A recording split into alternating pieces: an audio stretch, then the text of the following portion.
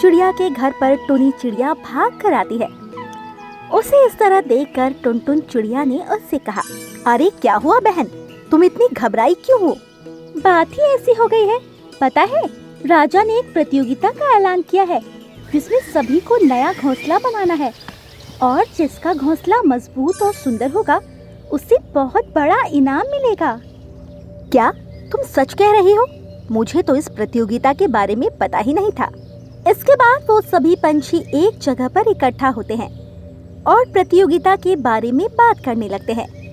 सभी इस प्रतियोगिता को जीतना चाहते थे।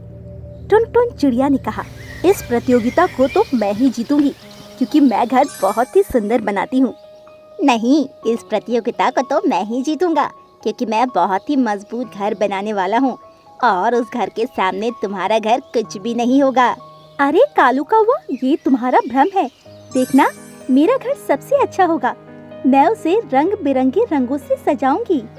अरे ये सब तो ठीक है, पर इस बार बारिश बहुत अधिक होगी तो तुम लोगों को घर मजबूत बनाना पड़ेगा। ये तुम क्या कह रहे हो बंटी कबूतर? तुम्हें कैसे पता? अरे मुझे पहले ही अनुमान हो गया है, इसीलिए मैं तो अपना घोंसला बहुत ही मजबूत बनाऊंगा। और ये कहकर वो सभी अपने अपने घोंसला बनाने के लिए सामान इकट्ठा करने लगते हैं। वहीं दूसरी तरफ आसमान में बादल अपने परिवार के साथ खेल रहा था। बादल की पत्नी ने उससे कहा, आजी इस बार बारिश नहीं करनी क्या? आप तो पानी लेने गए ही नहीं। अरे मैं तो भूल ही गया। चलो कोई बात नहीं, अब हम लोग चलते हैं।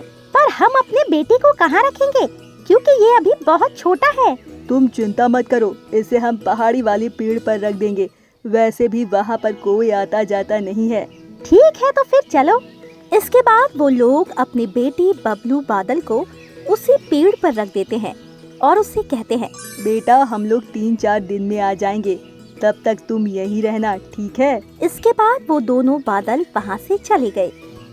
अभी वो लोग आराम से जा रहे थे, तभी उन्हें पंछियों का झुंड मिलता है और टुनी चिड़िया ने बादल से कहा, अरे आप लोग कहाँ जा रहे हैं? अरे हम पानी भरने जा रहे हैं क्योंकि बारिश का मौसम आने वाला है। वैसे भी सारे बादल पहले ही पानी भरने जा चुके हैं। इस बार हम ही थोड़ा लेट हो गए, तभी बादल इस बार पानी भरने चले गए हैं और वो लोग आते ही होंगे, तो इस बार बारिश सही ही होगी। पर आप इस बार बारिश थोड़ा लेट करना क्योंकि हम लोग घोंसला बना रहे हैं।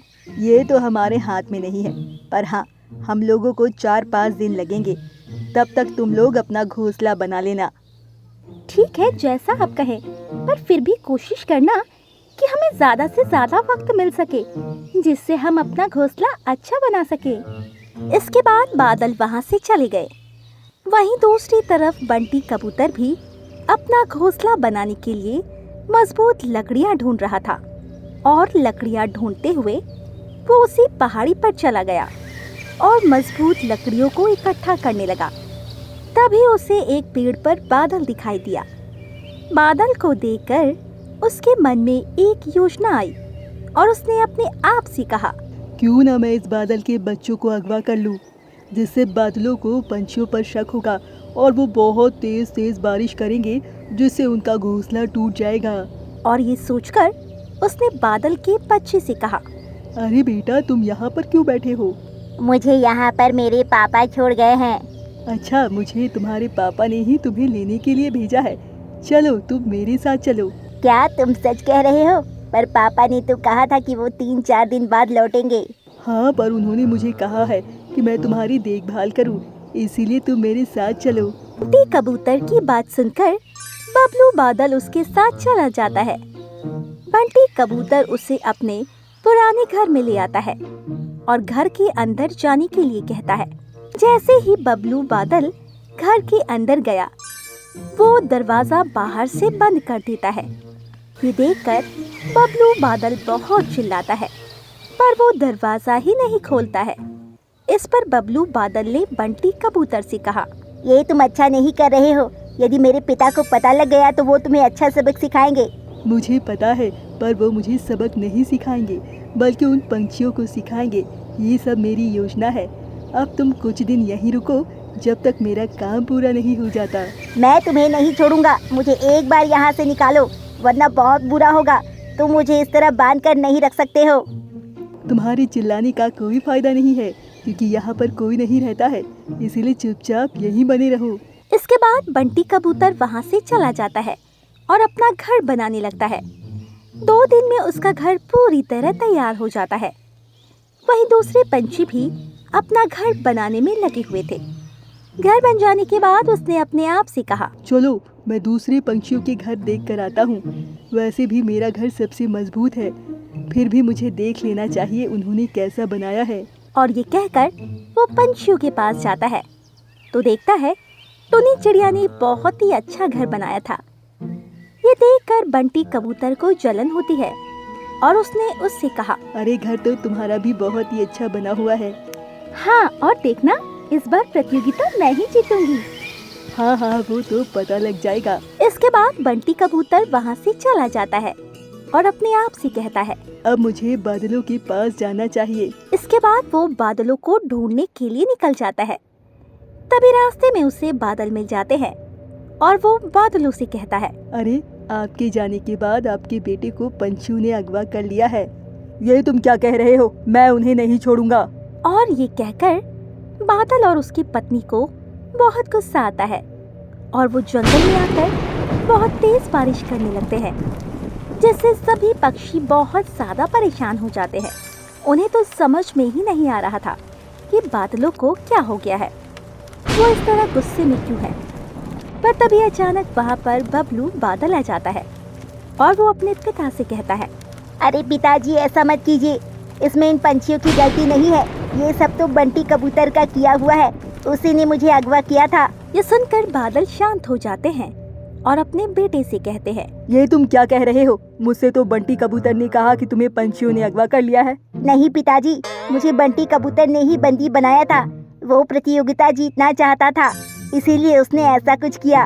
ये सुनकर बादल को बहुत तेज गुस्सा आता है और वो बंटी कबूतर के घर को बिगाड़ देते हैं।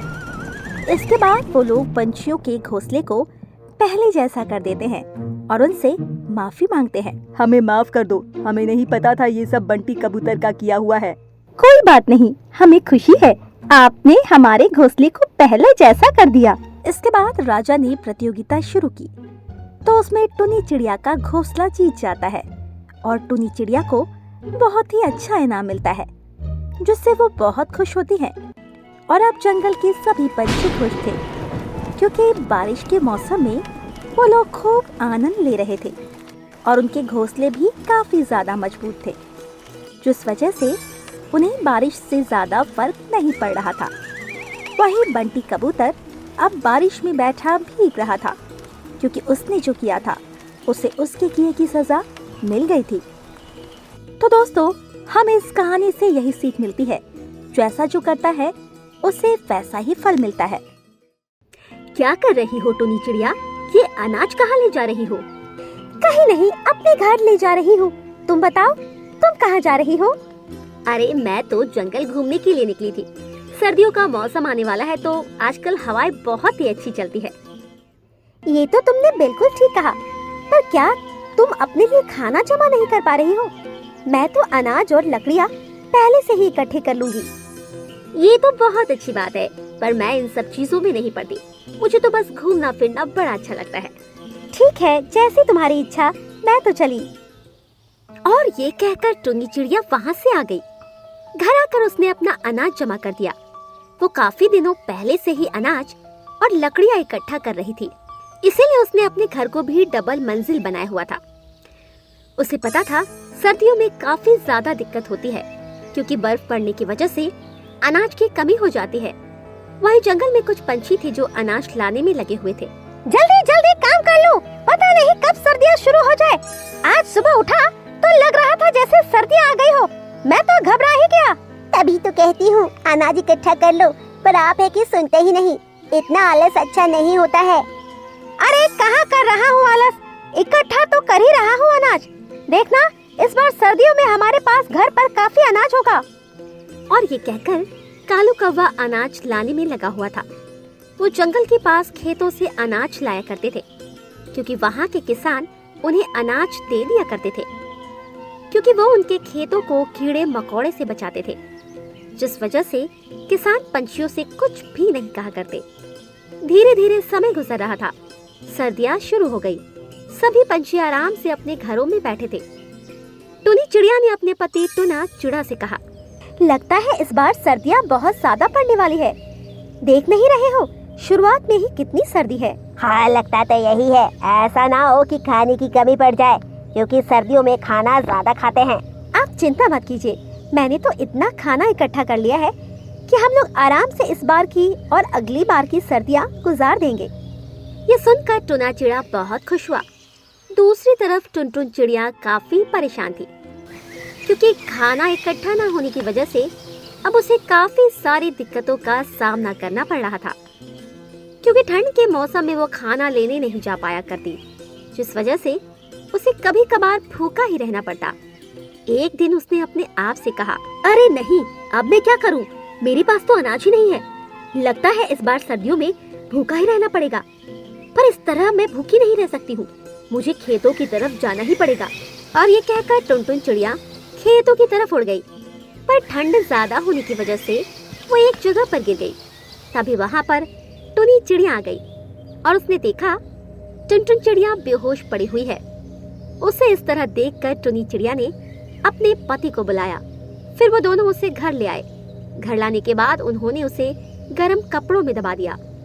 उस दिन तो टुनटुन चिड़िया को होश नहीं आया। पर अगली सुबह टुनटुन चिड़िया ने देखा वो टुनी चिड़िया के घर पर है। इस पर टुनी चिड़िया ने कहा, अब कैसी हो तुम बेहोश कैसे हो गई थी?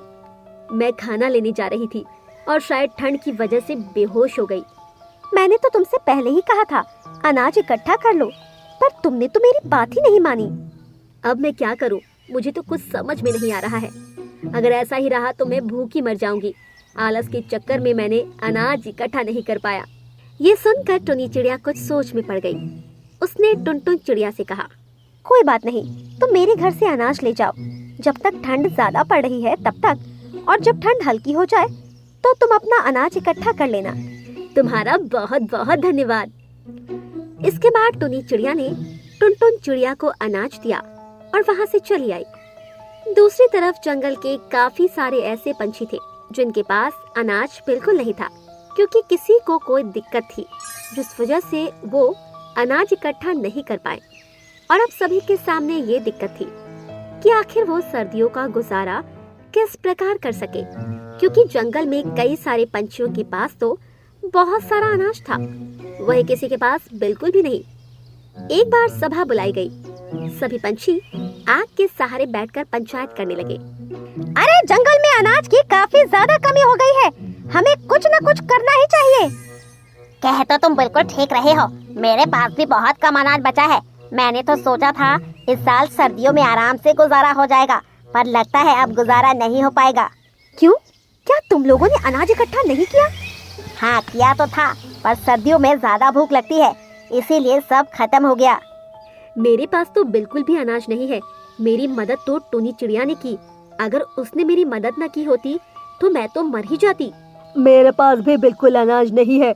मैं तो अपना जैसे तैसे गुजारा कर रहा हूँ, पता नहीं अब क्या होगा। उन सभी पंछियों की बात सुनकर कालू कौवा ने कहा, ठीक है, देखते हैं इसका हल क्या निकलता है। वैसे आज का दिन देखकर लगता है कल धूप निकल सकती है, तो कल आप सभी अनाज इकट्ठा कर लेना। वैसे भी भले ही छोटा दिन हो, पर हम लोग इतना तो अनाज कर ही लेंगे कि अपना गुजारा कर सकें। और ये कहकर सभा खत्म हुई। अगले दिन तेज धूप निकली। सभी पंछी अनाज लेने के लिए गए, पर टुनटुन चिड़िया ने फिर से आलस दिखाया और उसने कहा, अरे टुनी चिड़िया है तो अनाज लेने के लिए, मुझे मेहनत क्यों करनी? और ये कहकर वो अनाज लेने नहीं गई।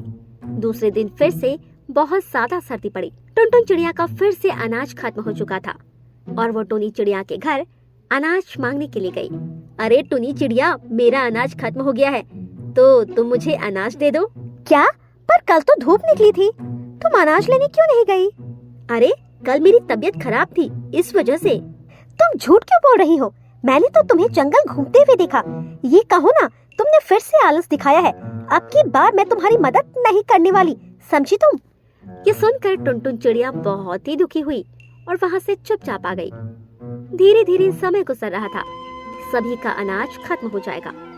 वहीं टुनटुन चिड़िया भी बहुत ज्यादा परेशान थी। सभी पंछियों की फिर से पंचायत हुई। इस पर कालू कौवा ने कहा, अब एक ही रास्ता बचा है। जिन पंछियों के पास बहुत ज्यादा अनाज है उन्हें दूसरे पक्षियों की मदद करनी चाहिए। पर इस तरह तो हमारा अनाज सब खत्म हो जाएगा। मुझे पता है, पर अगर हम मदद करेंगे तो शायद हमारी मदद भगवान कर दे। वैसे भी कभी कभार तो धूप निकल ही जाती है। अगर हमने अपने साथियों की मदद नहीं की तो वो मर जाएंगे।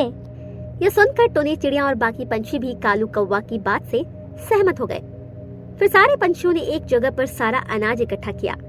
जिनके पास बिल्कुल भी अनाज नहीं था, कालू कौवा ने उन्हें अनाज दिया। वहीं टुनटुन चिड़िया को भी अनाज मिला। इस पर टुनटुन चिड़िया से टुनी चिड़िया ने कहा, इस बार तो तुम्हें अनाज मिल रहा है, पर अगर तुमने आगे से आलस दिखाया तो तुम्हें अनाज नहीं दिया जाएगा। नहीं नहीं, मैं आगे से कभी भी आलस नहीं दिखाऊंगी, क्योंकि मुझे पता लग गया है आलस से अपना ही नुकसान होता है। इसके बाद सभी पंछी बहुत खुश हुए, क्योंकि एक दूसरे की मदद से अब सभी पक्षियों के पास अनाज था और अब सभी पक्षी आराम से सर्दियां गुजार रहे थे। तो दोस्तों, हमें इस कहानी से यही सीख मिलती है कि हमें हमेशा एक दूसरे की मदद करनी चाहिए। वही हमें कभी भी अपने काम में आलस नहीं दिखाना चाहिए।